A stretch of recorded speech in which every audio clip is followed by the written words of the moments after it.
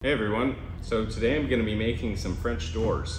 I typically wouldn't choose for a door, but for the specific project that I'm doing, it matches the house, so that's what we're going to be building them out of. Now, this isn't the Doug fir that you buy at your local big box store.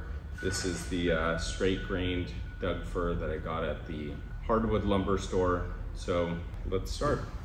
Favorite part of any project is the planning, and that also happens to be the most necessary portion. So I started off by marking the longest cut that I'm going to be making, which is 89 inches, and based on the size of the board, I'm going to give myself some room for snipe while going through the planer. The next most common length I'm going to be needing to cut is 23 inches. I'm going to split it right here, and that's going to give me plenty of room to cut my 23-inch pieces. Actually, they're going to be more like 25 inches because they're going to have mortises on the end that are going to fit into some grooves.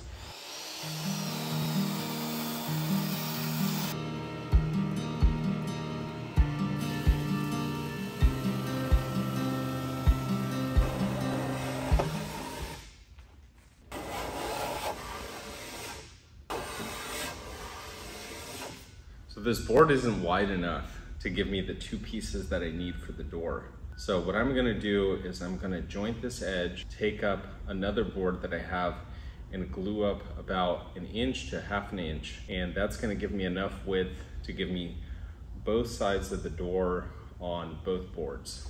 So I actually have a jointer, but it's not set super accurately. And honestly, with the hand plane and the table saw, I can joint this edge just as good. So I'm just gonna do that.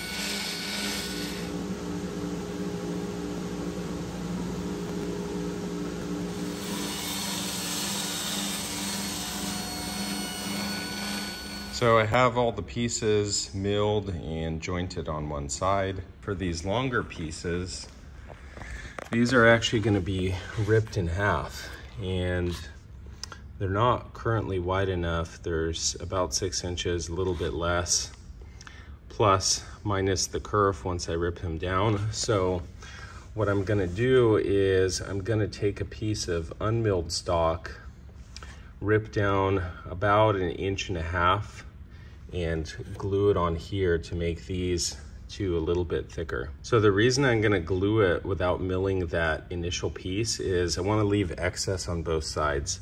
It's gonna be a lot easier to trim it up than to try to line it up perfectly with two pieces that are exactly the same width.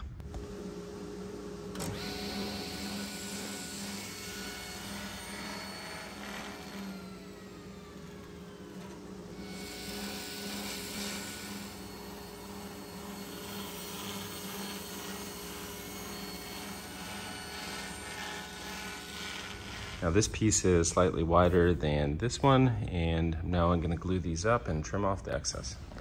I also got this new Titebond 2 glue that I haven't seen at the big box stores. This up at the lumber store. I was intending to use it for the big glue up once I glue the door up, just because it has that longer set time and it's also waterproof. Another benefit is that it's supposed to dry clear. So I'm gonna try it out on here, see how it goes, and just get a feel for how long the working time actually is on this.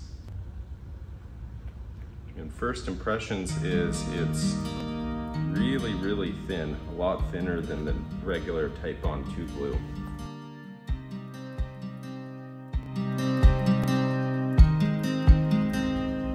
And then here the consistency is a lot more similar to the regular Titebond 2.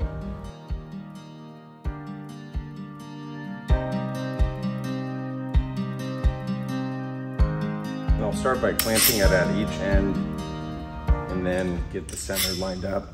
Make sure that the edge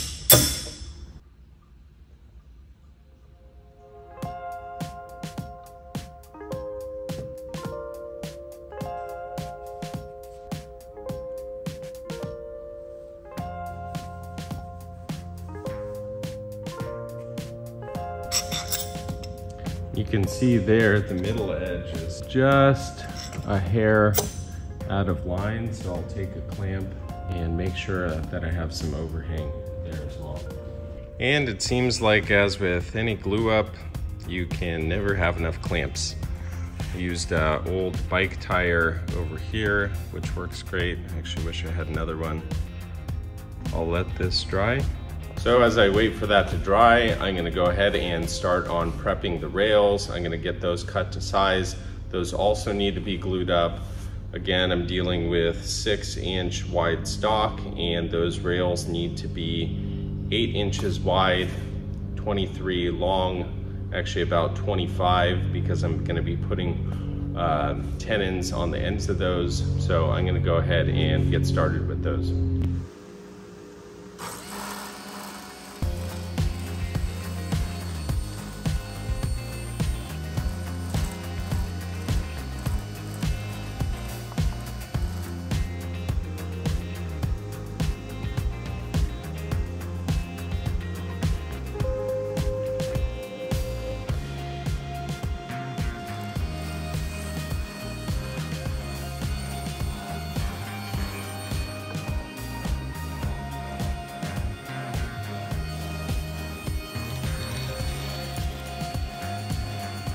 And another piece to glue them up to be 8 inches.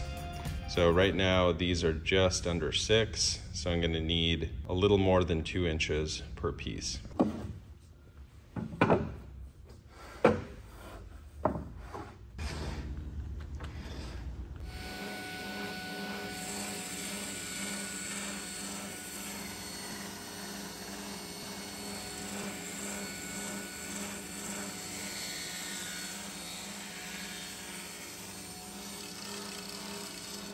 So I have both of the stiles glued up for both sides of the door. These are going to be ripped down in half. I have this piece sitting slightly proud of the original piece, so I'm going to flatten out one side and then run it through the planer.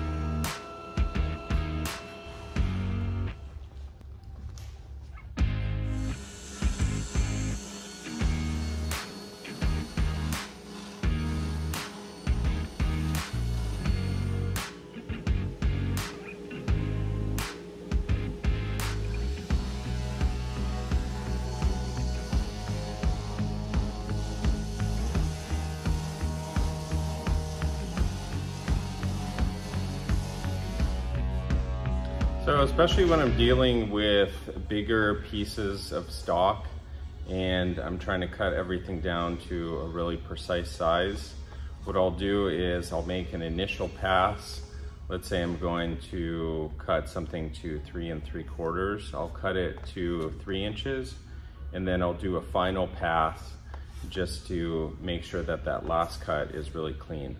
Also, sometimes when you're cutting boards, if your lumber is really dried, it won't move, but still there's always a chance that when you make a cut, it's gonna release pressure in the wood and your piece is gonna move. So in the case that that happens, you can always flip your piece and possibly even take 2 passes on both sides to get everything back to straight and true. So one of the most important things when you're working on one of these big projects is to keep all your components organized.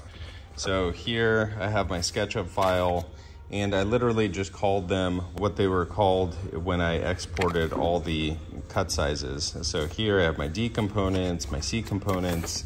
I just cut my A component, and I'm gonna mark the corresponding piece with the letter and also the final dimensions.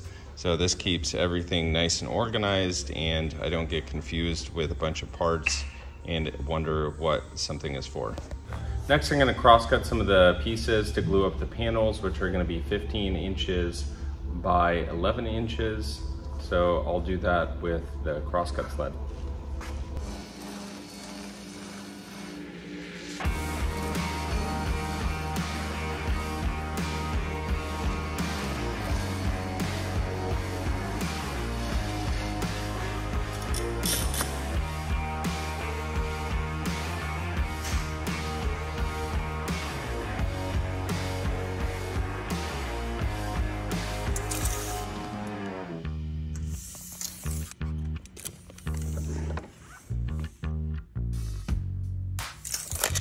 So here I have all my pieces cut for 4 raised panels. I'm going to glue these up, and then we're going to mill them up on the table saw. So now I have my rails glued up. I have them planed on one side, and I'm going to go ahead and run them through the planer to get them down to final thickness. So let's go do that. Now these are flat on one side, and the side that I'm running through the planer, there's going to be a slight edge, but since I flattened the opposing side with a hand plane, these should run through the planer just fine. And even this one, this piece here, is actually flat on the other side. So now I'm going to run this through the planer and get everything down to one thickness.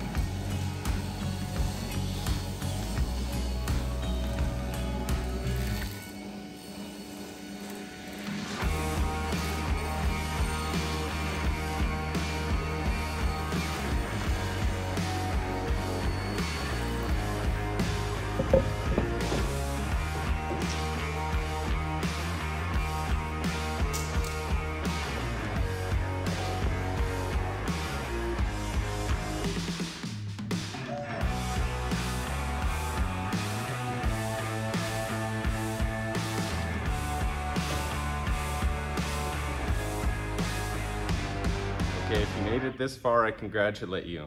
This was a long build, and I put a ton of time and energy into this. On the next episode, I'm gonna be cutting the raised panels. I'm gonna be gluing everything up, which was super stressful. And I'm gonna be getting the molding all prepared for when I put the actual glass in. So stay tuned and see you next time.